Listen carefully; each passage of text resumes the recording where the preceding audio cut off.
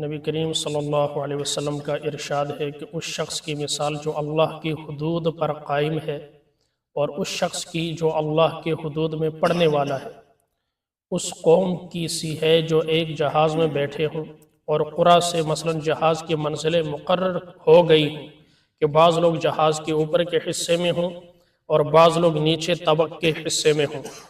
جب نیچے والوں کو پانی کی ضرورت ہوتی ہے تو وہ جہاز کے اوپر کے حصے پر آ کر پانی لیتے ہیں۔ اگر وہ یہ خیال کر کے ہمارے بار بار اوپر پانی کے لیے جانے سے اوپر والوں کو تکلیف ہوتی ہے اس لیے ہم اپنے ہی حصہ میں یعنی جہاز کے نیچے کے حصہ میں ایک سوراخ سمندر میں کھول لیں جس سے پانی یہاں ہی ملتا رہے، اوپر والوں کو ستانا نہ پڑے۔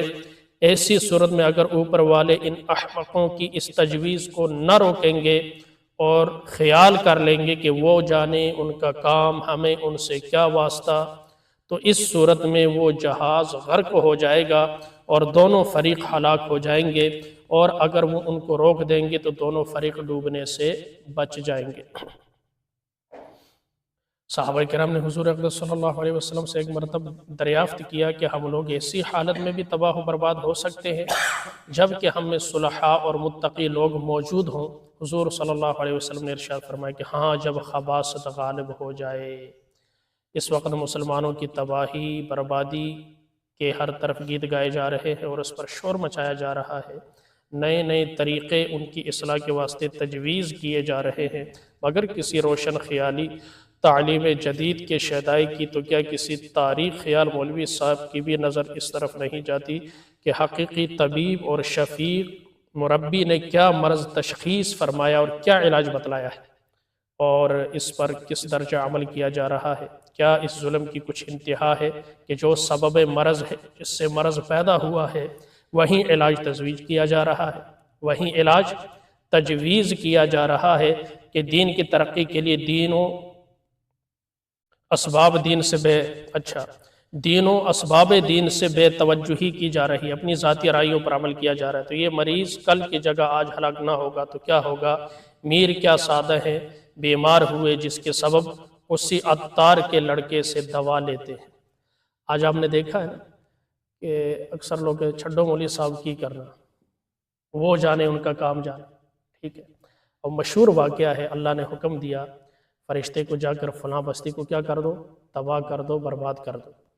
فرشتہ آیا، دیکھا ایک بندہ ہے، سجدے کے نشان ہے، اللہ اللہ کر رہا ہے، فل اللہ کی محبت میں ڈوبا ہوا ہے۔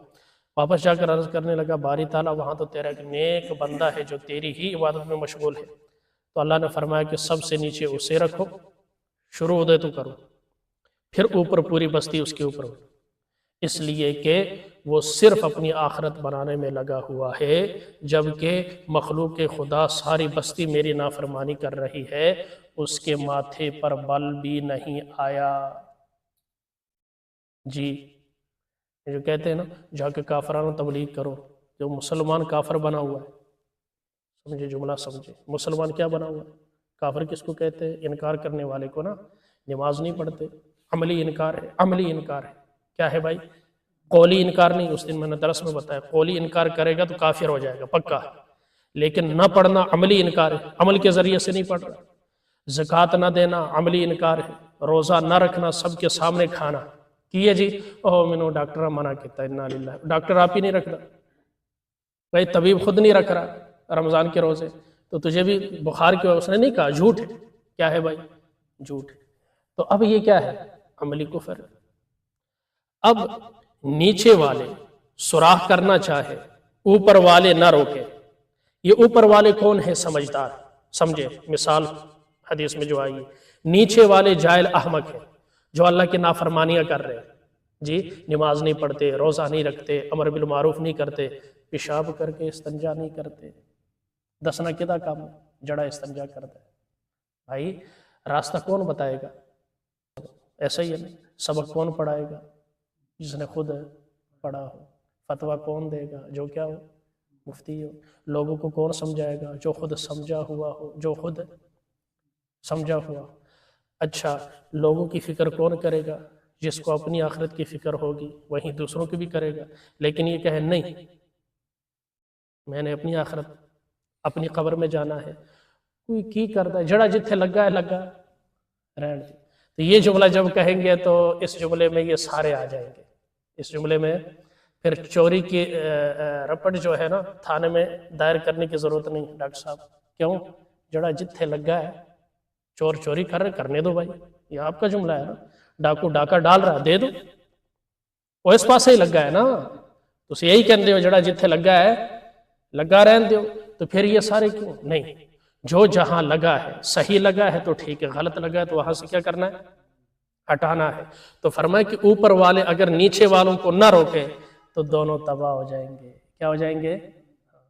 اس لیے ہم گشت کرتے ہیں، مارکیٹ پر جب عذاب آئے گا تو مسجد والوں پر بھی بستی میں عذاب آئے گا، گناہگاروں کی وجہ سے تہجد گزار بھی رگڑے جائیں گے، مولوی صاحب بھی رگڑے، حافظ صاحب بھی رگڑے، عذاب کا تو شکار ہوں گے۔ آخرت کے لحاظ سے اعمال پر فیصلہ ہوگا، وہاں کا معاملہ اور ہے، یہاں کا معاملہ کیا ہے؟ اور ہے۔ تو اس لیے بھائی اپنی آخرت کے ساتھ دوسروں کی آخرت کی فکر کرنی ہے، اپنی قبر کے ساتھ دوسروں کی قبر کی فکر کرنی ہے۔ ایک اور بات میں عموماً یہ عقلی دلیل ہے، عقلی طور پر ہر بندہ سمجھ سکتا ہے، اگر آگ لگی ہو، اگر ہم آگ نہ بجھائیں تو کہاں آئے گی؟ ہمارے گھر کو لگی۔ بس مارکیٹ کے شروع میں آگ لگی ہے، سارے مارکیٹ والے نہ کرے بیٹھ کر تماشا دیکھے، دوسری دکان، تیسری دکان، چوتھی دکان، پھر ساری بستی، پھر پوری مارکیٹ ساری ہو جائے گی کہ نہیں تباہ؟ کیوں؟ اس لیے کہ سارے بیٹھ کر تماشا دیکھتے۔ اگر میں نے ایک اور مثال دی تھی کہ یہاں اگر مثلا 200 دکاندار کر لے، دونوں سائڈوں کے 100 کر لے، ان 200 میں سے 199 نماز پڑھے، چلو 190 کر لیتے، 10 خود بخود نمازی بن جائیں گے 199 کی طرف کر۔ اور اگر 199 نماز نہیں پڑھتے، 10 نماز پڑھتے تو وہ 10 بھی بے نمازی ہو جائیں گے 199 کی طرف دیکھ کر۔ اس کی طرف دیکھ کر، کثرت کی طرف دیکھ کر نا، کثرت کا اثر ہوتا ہے، کثرت۔ اور اگر سارے آ جائے دکانیں بند کرے، بیٹھا بندے کو شرم آئے گی، اس کے لیے وہ 10 منٹ جو نماز کے ہیں وہ 10 سال لگیں گے، خود بخود کمی محسوس ہوگی۔ جب کوئی بھی نہیں جا رہا، بڑا بھی نہیں جا رہا، چھوٹا بھی نہیں، بوڑھا بھی نہیں، جوان بھی نہیں، وہ کہتے ہیں ٹھیک ہے اتنے بیٹھے رہو، آپ ہی پڑھ لیں۔ تو یہ مسئلہ ہے۔ تو اپنے یہ ہے یوں تو جینے کو سبھی جیتے ہیں دنیا میں، مگر زندگی نام ہے احساس کی بیداری کا، زندگی کا مقصد اوروں کے کام آنا، یہ ہے اصل۔ اس کی کمی ہے، تبلیغ کی محنت، علماء کی محنت، درس قرآن، درس حدیث روزانہ جو ہوتا ہے، یہ کیوں ہوتا ہے؟ تھوڑے تھوڑے عمل سے اللہ اصلاح کی توفیق عطا فرماتے ہیں۔ کیا عطا فرماتے ہیں؟ اب سب دیکھیں، ہم اپنے والدین کی صحبت میں رہے تو جا کر عقل کی باتیں آتی ہیں، جو صحبت میں نہ رہے، ان کی عمر اگر 40 سال ہے، وہ آج بھی کچی باتیں کرتے ہیں۔ اور جنہوں نے بڑوں کی صحبت اٹھائی ہے، کم عمر ہے لیکن بات سیانی کرتے ہیں، کیونکہ انہوں نے صحبت اٹھائی ہے، سیکھا ہے۔ اسی طرح جو استاد کی صحبت میں بیٹھتا ہے وہی کامیاب ہوتا ہے، جو پیر کے صحبت میں بیٹھتا ہے وہی مرید کامیاب ہوتا ہے۔ جو عام بندہ اللہ والوں کی، اہل علم کی صحبت میں بیٹھتے ہیں وہی لوگ کامیاب ہیں، وہی لوگ کامران ہوں گے، ان کے اعمال اللہ قبول فرمائیں گے۔ اللہ ہمیں نیک لوگوں کی صحبت اختیار کرنے کی، جو برے ہیں انہیں دعوت دینے کی، تاکہ وہ برائی سے باز آ جائیں، نیکی کی طرف آ جائیں، اللہ کو ناراض کرنے کی بجائے اللہ کی رضامندی والے عمل کرنا شروع کر دیں۔ اس کی کوشش کریں گے انشاءاللہ، اللہ ہمیں عمل کی توفیق عطا فرمائے۔